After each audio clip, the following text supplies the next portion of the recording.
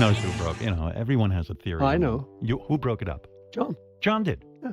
There was time all of us in the Beatles shied away from Beatles material. And some poems and lots of lyrics and discussing, have the commentaries. And I ended up anyway having lunch with them. Half a cheese sandwich curled up at the edge, and you think, so this is what it's all about, fame. It was generally a better idea. Yeah. So you'd give in to each other. Yeah. Just a rumour, yeah. Yeah. I think Paul used to get them all with his, He's the legend with the boyish grin, the charming Beatle who gave us Yesterday, Let It Be, and decades of melodic genius. But behind that polite smile and polished interviews, Paul McCartney has always played by his own rules, and when it comes to music, he doesn't hold back. While the world saw him as the diplomatic one, the nice Beatle, those closest to him knew better. He had opinions, strong ones. And some of the biggest names in music weren't just rivals. They were targets. Quietly, sharply, and sometimes even publicly, McCartney built a list. Not on paper, but in moments. Snubs, cold shoulders, thinly veiled insults. From punk rebels who mocked his legacy to disco kings who dethroned him, to musical copycats he believed didn't deserve the praise. And even the band that may have inspired the Beatles' greatest album, they weren't safe either. This isn't a story about Paul McCartney, the pop icon. This is about Paul the perfectionist, the competitor, and the quiet critic who never forgot who crossed the line. These are the 6 bands Paul McCartney just couldn't stand, and why his silence said more than any song ever could. The Rolling Stones. They were the 2 biggest bands to ever come out of Britain, the Beatles and the Rolling Stones. Fans loved the idea of a friendly rivalry, 2 groups pushing each other to be better, changing music forever. And for the most part, that's how it was presented. But behind the scenes, Paul McCartney never saw it as a fair competition. To him, the Stones weren't trailblazers, they were tag-alongs. While the Beatles were shaping the future of pop, experimenting with studio techniques, harmonies, and lyrical depth, McCartney quietly believed the Stones were just playing dress-up. In a moment rarely discussed outside of industry circles, during a private session at Abbey Road in 1968, Paul reportedly called the Rolling Stones a blues cover band that got lucky. No one challenged him. It wasn't said in anger. It was said with certainty. That comment never made headlines at the time, but it was the spark of a rivalry that would quietly burn for decades. Even as years passed, Paul didn't soften. In 2021, during an interview with The New Yorker, McCartney doubled down, saying, "The Stones are a blues cover band. Our net was cast a bit wider." He didn't raise his voice. He didn't smile. He just said it, and moved on. The message was clear. To him, the Stones were stuck in one lane, while the Beatles explored the whole highway. Mick Jagger didn't take that sitting down. On stage just days later, he laughed it off publicly, telling the crowd that the Beatles were just a 4-piece band with 1 drummer, taking a jab at the long-running debate about Ringo Starr's musical skills. But this wasn't just showbiz banter. According to insiders close to both camps, Paul had long believed that the Stones built their entire playbook by watching the Beatles. Their shift to psychedelic rock came right after Sgt. Pepper. Their dive into experimental album concepts? Months after the Beatles had already been there. McCartney, a perfectionist to the core, hated being imitated. And imitation, to him, was what the Stones did best. It wasn't just stylistic. There was a moment in 1969 that exposed the deeper crack. John Lennon, always more open to collaboration, suggested producing a Rolling Stones album. Paul was furious. He reportedly asked Lennon, "Why waste your time with a band that's still figuring it out?" The comment cut deeper than fans ever knew. To Paul, helping the Stones would be like painting over your own legacy with someone else's brush. Over the years, he did offer the occasional polite nod, calling them a great live band or praising Jagger's stage presence. But those compliments always felt wrapped in a kind of cool detachment. He never gushed, never lingered. This rivalry wasn't loud. It wasn't about headlines. It was personal. Paul McCartney didn't go to war with the Stones. He just quietly refused to see them as equals. And that's what made it sting more. He didn't need to tear them down publicly. His indifference said it all. The Sex Pistols. But if the Rolling Stones annoyed him by riding the Beatles' coattails, The next band on the list didn't even try to match their skill. They tried to burn the entire system down. And Paul? He never forgave that. Punk rock wasn't just a new sound. It was a rebellion. Loud, messy, and intentionally aggressive, the Sex Pistols weren't trying to charm the world. They wanted to set it on fire. And for Paul McCartney, they weren't just another band. They were a personal insult. While Paul spent decades perfecting his craft, obsessing over harmony and production, here came a group that proudly didn't care if they could play their instruments, and they were proud of it.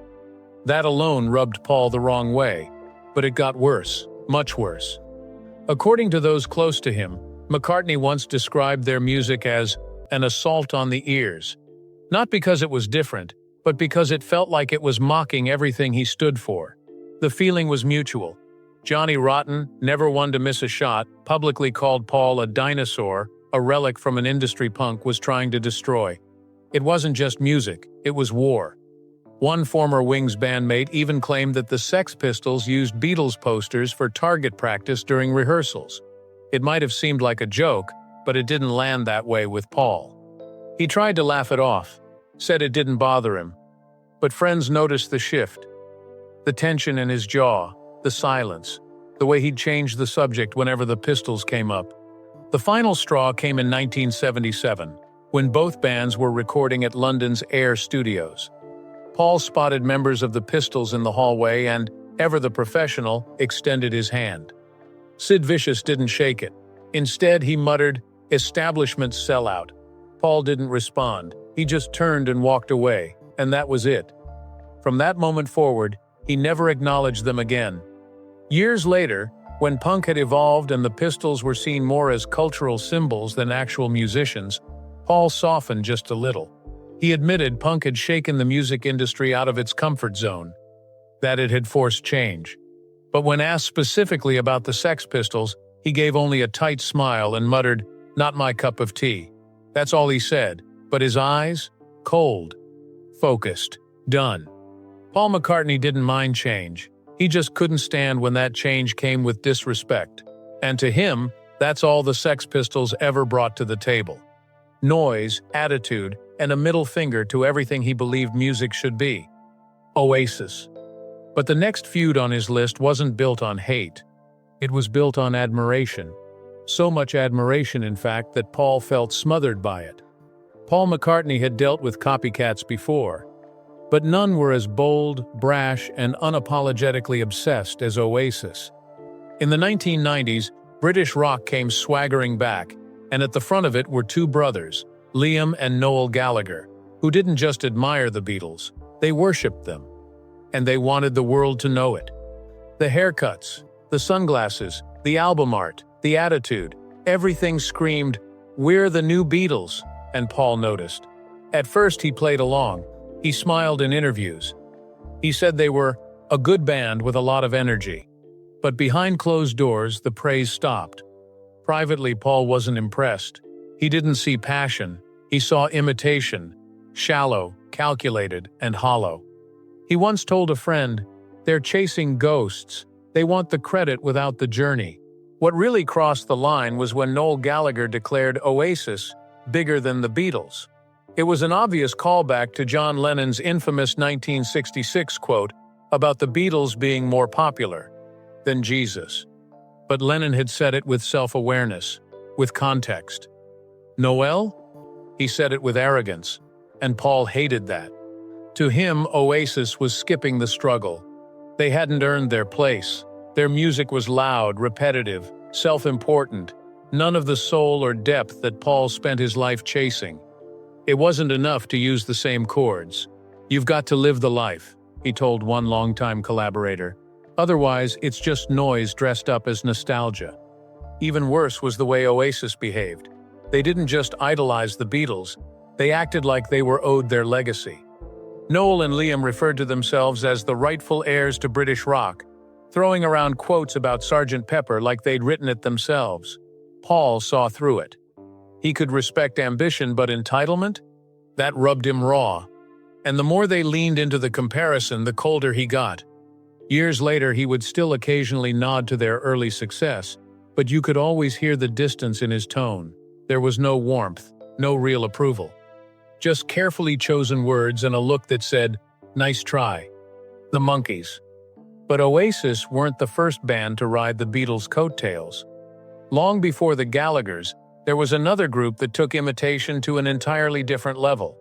They didn't just mimic the Beatles, they were built in a lab to replicate them. And Paul didn't just dislike it, he found it insulting. For Paul McCartney, music wasn't just performance, it was survival. It was Hamburg basements, sleepless nights, and endless gigging in smoke-filled clubs. So when the Monkees exploded onto television screens in the mid-1960s with matching suits, pre-written songs, and screaming fans, Paul didn't see fellow artists. He saw a gimmick. From day one, he dismissed them as a plastic copy of the Beatles, manufactured, packaged, and sold to an audience that didn't know better. And to him, that was the ultimate insult. According to Beatles assistant Alistair Taylor, Paul would literally change the radio station if a Monkees song came on. It wasn't even about taste, it was principle. These weren't musicians. They were actors pretending to play in a band, using the Beatles' blueprint without earning the right to touch it. The tension boiled over in 1967 after the Beatles dropped Sgt. Pepper's Lonely Hearts Club Band, a groundbreaking album that redefined what pop music could be. Just months later, the Monkees released their own psychedelic album, Trying to Ride the Wave. That was Paul's breaking point. George Harrison recalled Paul venting backstage, saying, "They're stealing our sound without doing any of the work." He wasn't angry because they were bad. He was angry because they were lazy, at least in his eyes. Even as the Monkees fought for more creative control, even as they started writing their own songs and pushing back against their image, Paul didn't budge. The damage was done. One moment in 1968 made it personal. At a party in Los Angeles, Monkees frontman Mickey Dolenz tried to strike up a conversation with Paul. They shared a few words until Dolenz mentioned their upcoming album. Paul reportedly nodded once, turned around, and walked away without saying a word. Dolenz would later say, "I don't think he ever saw us as real musicians," and he was probably right. Even decades later, when the heat of the rivalry had cooled, Paul never really offered forgiveness. In a 2011 interview, when asked directly about the Monkees, he gave one of his signature polite jabs, catchy tunes, but certainly no Beatles. The smile said it all, dismissive. Final, done. The Bee Gees. But if Paul couldn't stand being imitated, he really couldn't handle being outshined, and that's exactly what happened next. Disco had arrived, and it was about to shake his throne. By the late 1970s, something had shifted. Paul McCartney was still a giant, but the music scene was evolving fast, and he wasn't always leading the charge anymore. Disco had taken over. Nightclubs were filled with flashing lights, falsetto vocals, and a beat that made everything before it feel slower, older, distant. And at the top of this glittering movement, the Bee Gees. Barry, Robin, and Maurice Gibb had gone from soft ballads to dance floor anthems, and their Saturday Night Fever soundtrack wasn't just a hit, it was a cultural event. But while the world danced, Paul McCartney clenched his jaw. To many fans, the Bee Gees were pop geniuses. To Paul, they were Beatles light. He reportedly scoffed that their songs were the same three chords as everyone else, just faster. It wasn't just dislike, it was resentment. According to Wings guitarist Lawrence Juber, Paul bristled whenever the Bee Gees came up in conversation. Their success wasn't flattering, it was frustrating, because they weren't just selling records. They were breaking records, Beatles records, and that to Paul was personal. He'd spent years building a musical empire brick by brick, seeing it outpaced by drum machines and falsettos, that stung. The tension reached a boiling point in 1979 when both artists found themselves working at the same Miami recording studio. Paul reportedly adjusted his schedule just to avoid running into the Gibb brothers.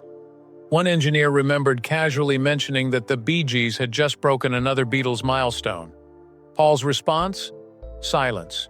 No smile, no comment. Just a tight stare and a subtle shake of the head. Even in moments that called for grace, Paul's coolness didn't let up.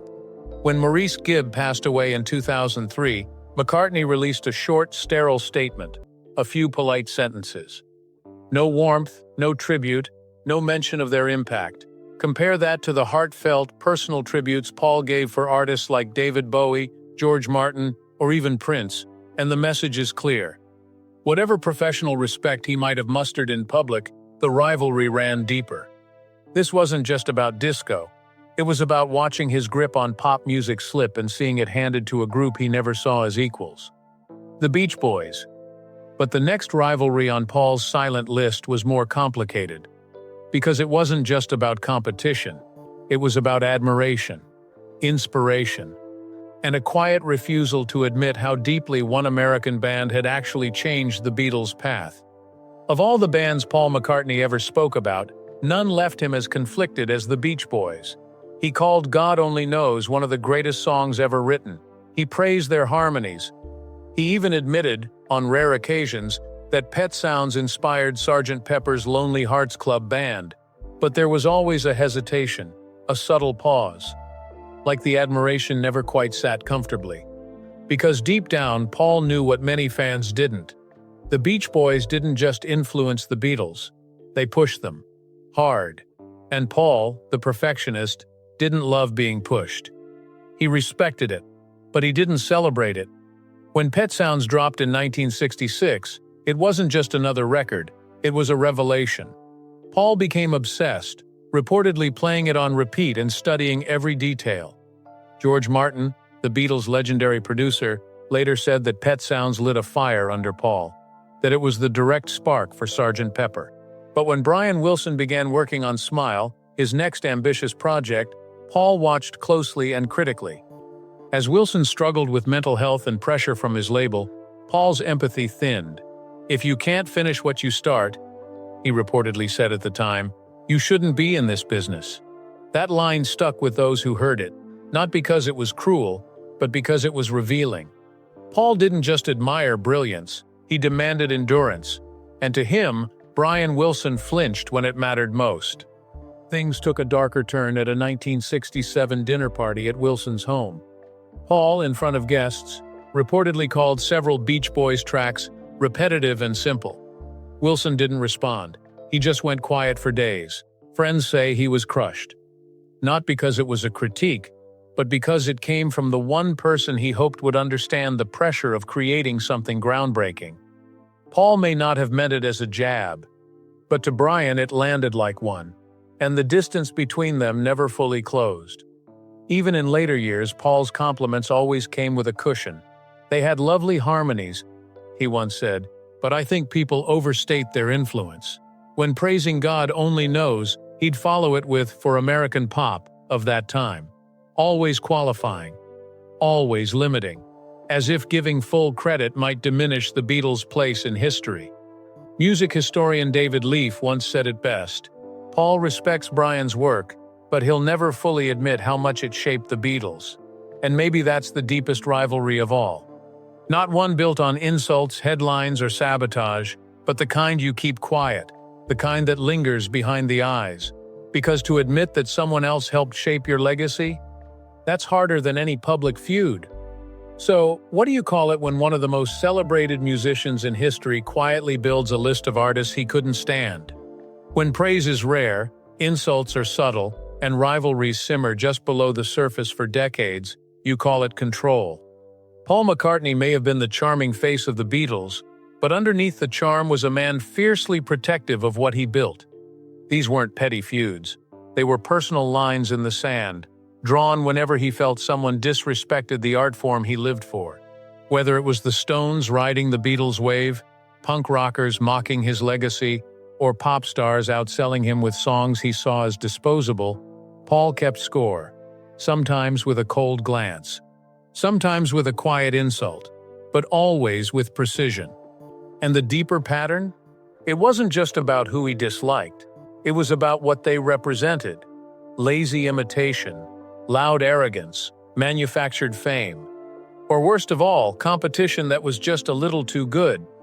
Because when Paul looked at the Beach Boys, he didn't see a threat to his success. He saw a threat to his originality. And that, to a perfectionist, is the one line you don't cross.